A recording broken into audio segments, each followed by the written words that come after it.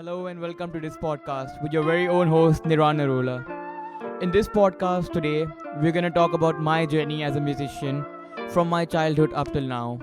We're gonna cover topics such as my performances, my analysis, and my researches that I've been doing over time, and I hope you enjoy it. For the next 15 minutes, I am a learner, and so are you. So, welcome to this podcast.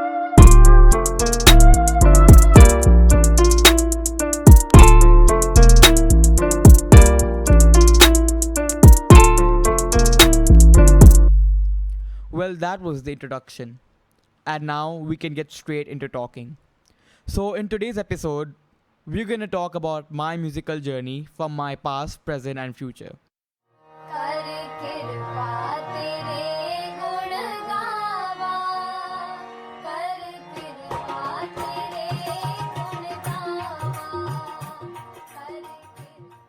So, what you heard right now was a snippet of Gurbani music, which is my earliest memory of music.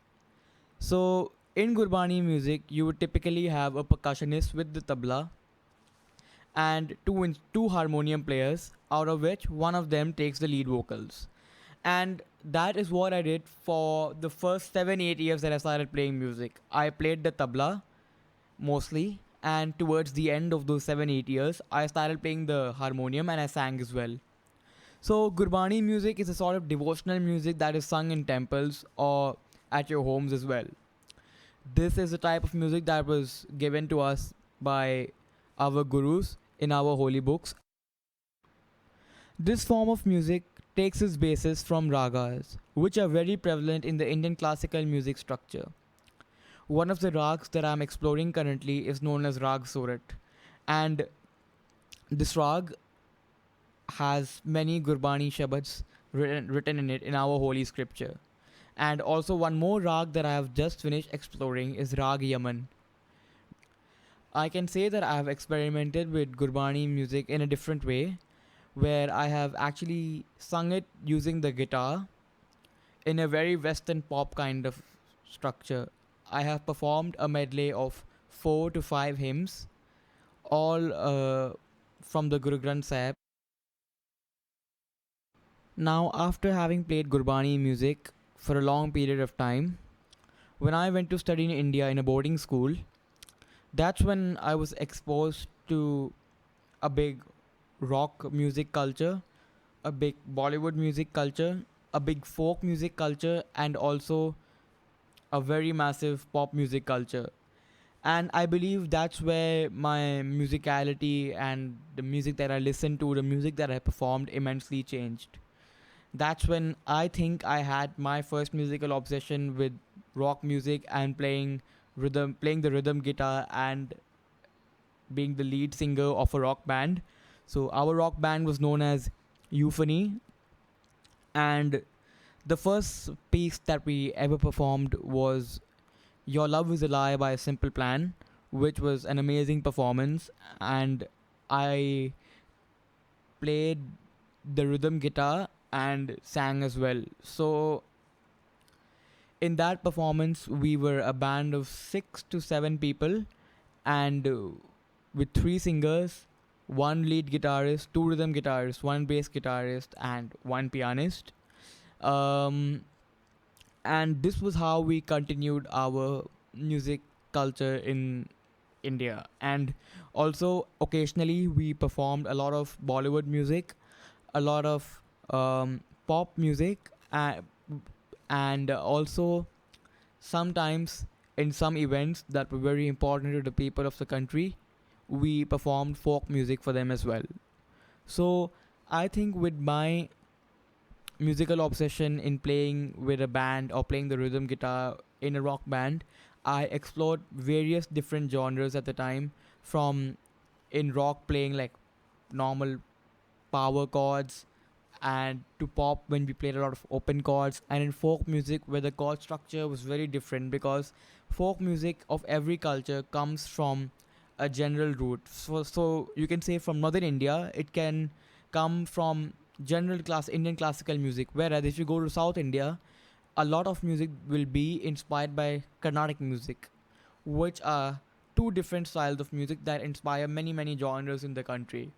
So I think what we did was a lot of semi-classical music with songs of A.R. Rahman such as Ye Jo Des Hai Mera and Vande Matram, which is based in Rag Desh and has a lot of power chords such as like E5, and if I'm not wrong there was B flat 5 as well. I may be completely wrong as this was a few years back. And when I sang, I found that my voice had to be a bit different from singing alone. It had to be a bit more bold. It had to have a lot of stomach tonality in it, as in like the voice had to be pushed from the stomach. Very less of falsetto and very more of like stomach voice that was pushed, that was very bold. So that was something that was a very good experience and something that was very nice to learn in terms of different genres of music. And I'm gonna play a snippet of Your Love Is a Lie because that was my favorite performance and my first performance with a rock band. And yeah, and that gave me an opportunity to experience and perform different types of music and also analyze different styles of music. So here we go with the snippet of Your Love Is a Lie, my first performance in a rock band. That's it.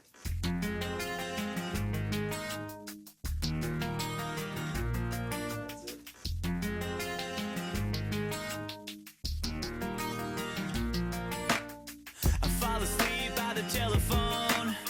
It's 2 o'clock and I'm waiting up alone. Tell me. The important thing that I believe music does to people is it creates emotion, whether it be happy, sad, or inspiring. And I think the question that stands here is what piece of music makes us happy, helps us when we are sad, or inspires us in our difficult times, when we feel lazy, when we feel motivated, when we have to work, when we have to stand up against things that we don't want to. And this is not actually indicated to everything that is big, such as political. It can be challenges in our own life. So I have a couple of pieces that I attach with my happy memories, and most of them are folk Punjabi songs because of the liveliness that these songs have in them. I think my favorite happy memory song would be uh, Ahu Ahu by Master Salim. So this song is the remake of the original song Kadite Has Bol De, and it can be classified as AO1 because it is a folk song, and AO2 because it is a song for general performance, and an AO3 as well because it is a song that was remade for a Bollywood film and is in the film as well. So the remake is sung by Master Salim, who's a very talented folk singer based out of northern India in Punjab. And I think I listen to this music when I'm happy because it reminds me of my childhood. And I think childhood was like a perfect time when you had no tensions. And this song we used to play in my car often. And I'm gonna play a snippet of this song right now.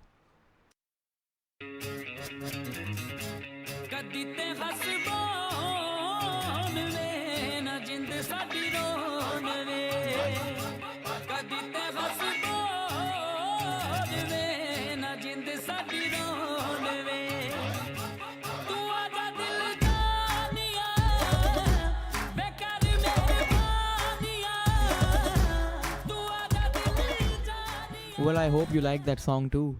So, I believe that something that is very important in this song, something that differentiates this song from the original song, is the importance of experimentation in this song. I think when you step into the song, you can feel a certain folk element as well as a certain modern element. Now, the folk element is definitely attributed to the original song, otherwise, it wouldn't be a remake. And the newer elements could involve stuff like the influence of rock music into this with the guitars and the drums, and also when you go further into the song, I feel that there's a lot of techno stuff used, so you can feel those synths coming in, those synths with a like weirdish wave pattern, but a very nice sound. I mean you can feel those coming in the next few verses that follow in the song. So I think that's what makes this song different from the original song, and that's why it was a very successful song. And of course, it has a certain memory with me that I will always associate it with. Well, that's the happy part gone. And now, with respect to sad music and something that inspires me in life, I think there's only one song that does that very well to me.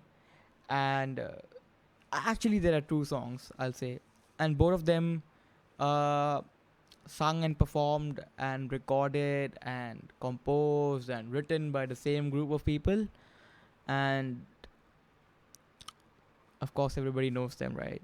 It's the band of Liverpool, it's the Beatles, and the songs are The Long and Winding Road and Let It Be. And I think that they are one of the best written songs till date. Of course, they have other compositions such as Hey Jude as well, but for me personally, I think Let It Be and The Long and Winding Road cuts it, because when I went to the boarding school, as mentioned before, there was always a part of me that was very homesick, and Let It Be was one of the first songs that I actually performed as well in my previous school with the school choir. And um, yeah, and Let It Be was something that I always look back to, and something that I always listen to when I'm sad as well. The Long and Winding Road was something that I heard on an aeroplane, and I was actually very sad that day due to some reason, and I think this song helped me calm down. And you know, sometimes there are songs that you feel relate to you and eat up all your frustration, make you calm, and I think these two songs always do that for me. And I'm gonna play snippets of those right now and then explain the musical processes to the best of my ability.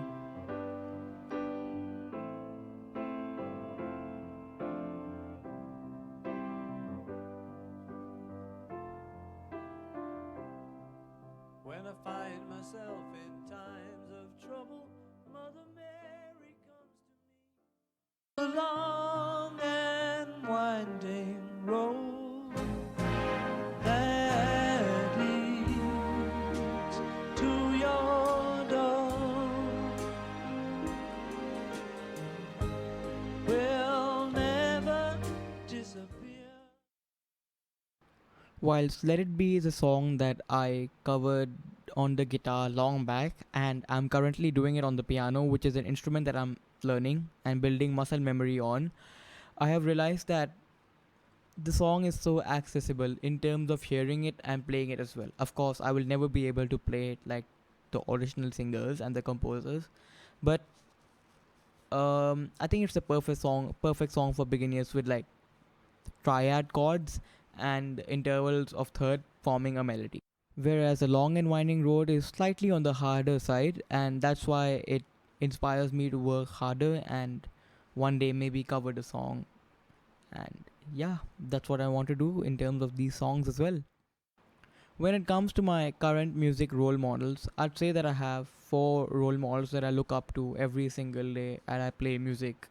So the first one is a very famous Punjabi folk singer known as Diljit Dosanjh, and I look up to him due to his musicality and the way he has a unique style of singing these folk songs and brings about different unique instance in the songs. John Mayer because of his exceptional genius composing and guitar skills. Freddie Mercury because of his ultimate range, and Phineas because of his genius at production. As a student of the music curriculum in the IBDP, I think that the three things that I'd like to get out of this experience is the exploration and the experimentation within different genres of music that are outside my local and personal context. Also, I'd like to improve at my musical skills, whether it be playing the harmonium, playing the tabla, playing the keyboard, or playing the guitar. I would like to break my boundaries and tell myself to practice harder every single day and implement different style of music theories in different genres. So like I would like to use my knowledge from the class and implement it in my performances. And I think lastly, I would like to learn to be able to produce music at a very basic level, of course, with projects such as these. And also, for my goals, I have couple of goals that I've set, such as releasing a song in the future, for example, with the knowledge that I've learned here, and I hope I can accomplish that. I hope you like this podcast and learned something from it. I sure have learned a lot while recording it about audio and audio editing and comping. The music in the beginning was given by me, and I hope you like the podcast.